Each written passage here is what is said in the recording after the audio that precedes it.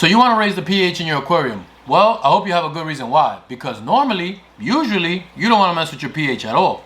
General rule of thumb in the hobby is to leave your pH alone. Keep it steady. Don't let it fluctuate. Don't chase your pH. I know. Every video that you watched today on this topic has told you 1,000 times. But you didn't come here for that, right? The title of this video is How to Raise Your pH. So let me help you do that. Let's go.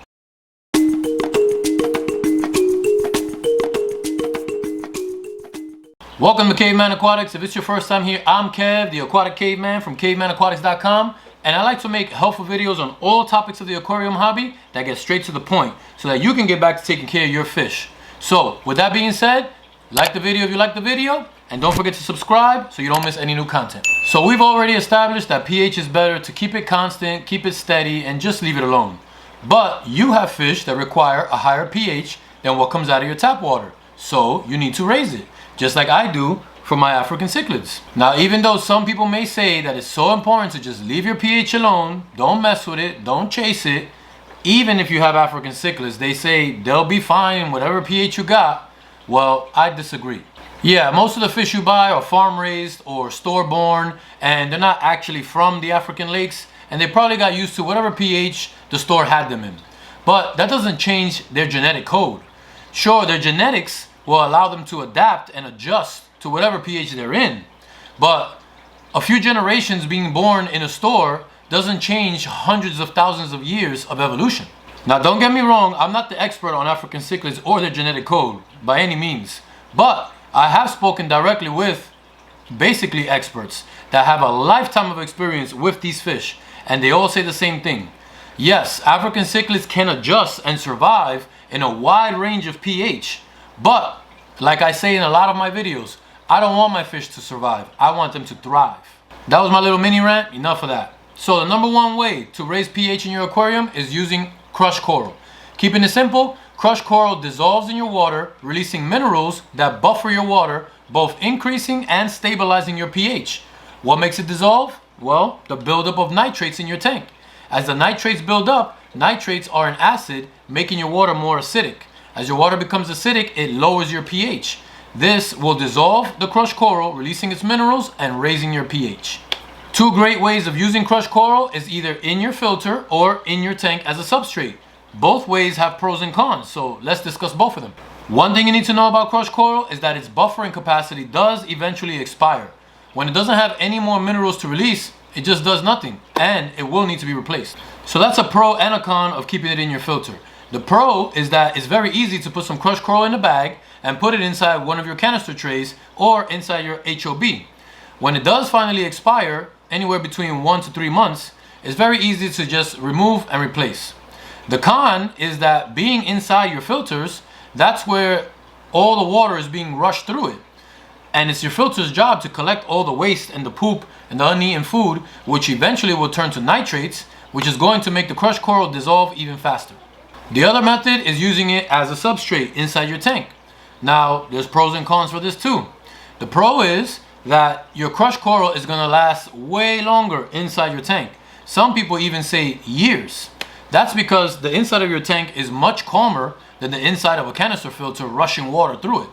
But the big negative is obvious, right? Whenever that day comes that you realize you can't keep your pH at the levels that it's been for the last year, then you're going to have to remove and replace your substrate.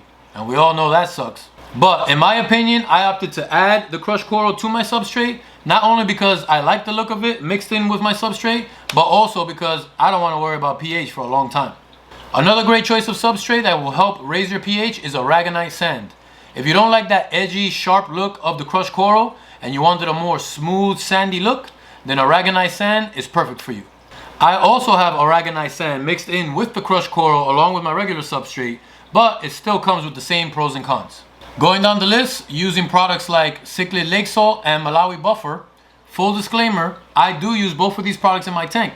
Reason being is that I want to make sure my water always has maximum buffering capacity to maintain and stabilize a high pH. But more than just that, Cichlid Lake Salt adds essential minerals to the water that mimic the lakes their ancestors came from and will definitely help your fish thrive in your aquarium. And you already know my motto, I don't want my fish to survive, I want them to thrive. As long as you stay consistent and dose the same amount of these products during every water change, then I don't consider this chasing the pH. These products don't actually raise your pH. What they do is add buffering power to your water. And as long as your water has buffering power, that's what's gonna help keep the pH high and stabilized, if that makes sense. Now, there are some methods of raising your pH that I won't recommend, and one of them is using baking soda. Yeah, baking soda is gonna raise your pH, but it does it so rapidly that it can harm or kill your fish.